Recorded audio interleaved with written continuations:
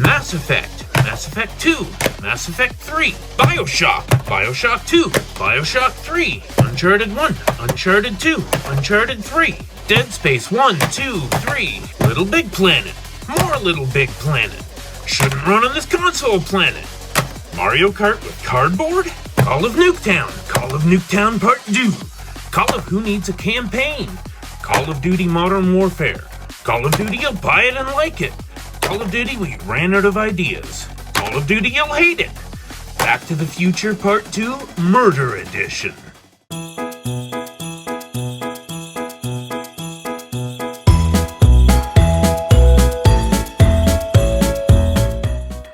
Hey kids, PS3 Dad here. The PS3 has aged like a fine wine.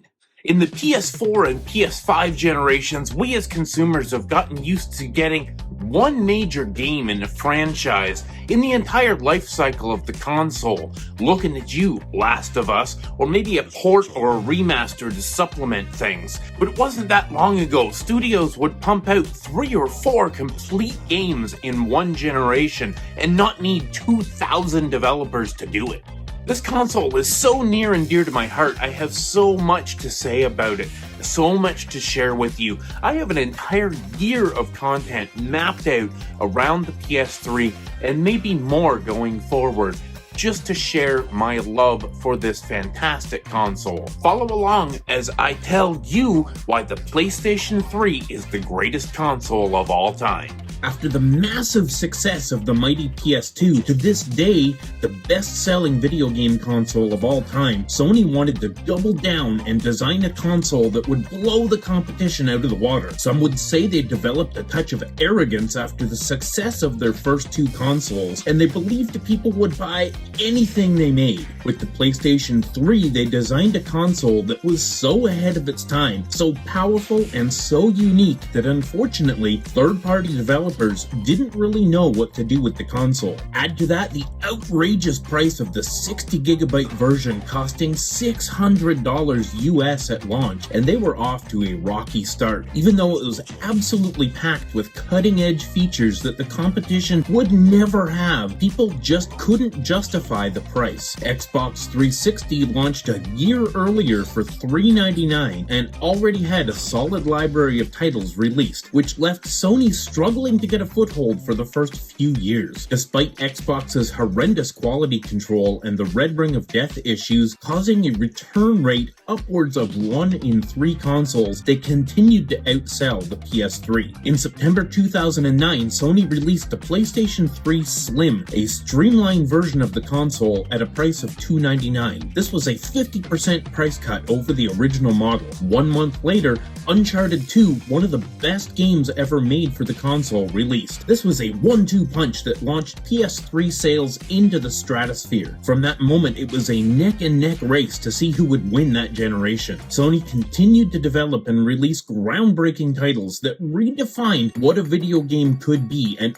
ultimately passed the goalpost with just over 87 million units sold. Well, that is only a couple of million units more than Xbox. It's worth remembering that fully a third of the launch units of the Xbox were defective, so the actual number of players was probably 10 million less by the end of the generation. The PS3 launched out of the gate with an HDMI connection, the first home console to do so, capitalizing on the explosion of flat-screen TVs in the early 2000s. The early launch editions of the PS3 were also fully backwards compatible with the entire history of PlayStation up to that point. PlayStation 1, 2, and 3 ran on the hardware at launch, while later versions would drop some of this functionality. The second version of the PlayStation 3 would play PS2 games via emulation, and all further releases would drop PS2 support, but to this day, any PS3 can play a PS1 game. So why is the PS3 becoming so popular all of a sudden? Well, aside from the typical 20-year nostalgia cycle, people are beginning to realize in this modern age of gaming that there was something special about a time when games were mostly complete when they launched, and internet connectivity was just a bonus. Many games had online multiplayer, but they were extra modes tacked on and often didn't require additional purchases to enjoy. Back in the 2010s, people still enjoyed something called couch co-op. The idea of actually sitting beside beside someone on the couch and playing multiplayer, whether it was cooperative or competitive. Yet this idea was all but lost during the pandemic as people were more and more isolated, and now it seems like the opportunity to share a screen with somebody is pretty rare and exciting. The PS3 is the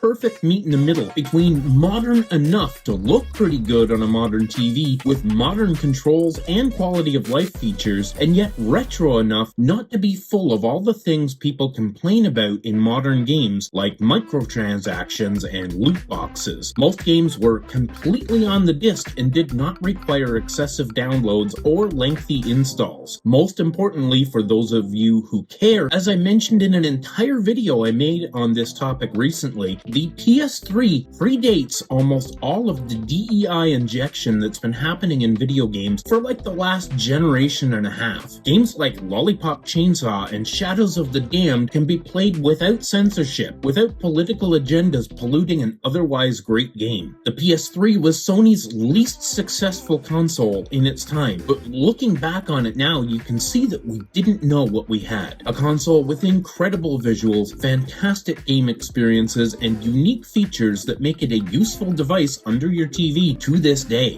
What are your thoughts on the Sony PlayStation 3? Do you still own one? Are you thinking of buying one? Do you miss the days of just popping in a game and having a great time without all the bullshit of modern gaming? Let me know down in the comments below, and look forward to a lot more videos about this mighty console. Thanks for watching, thanks for subscribing, stay classy.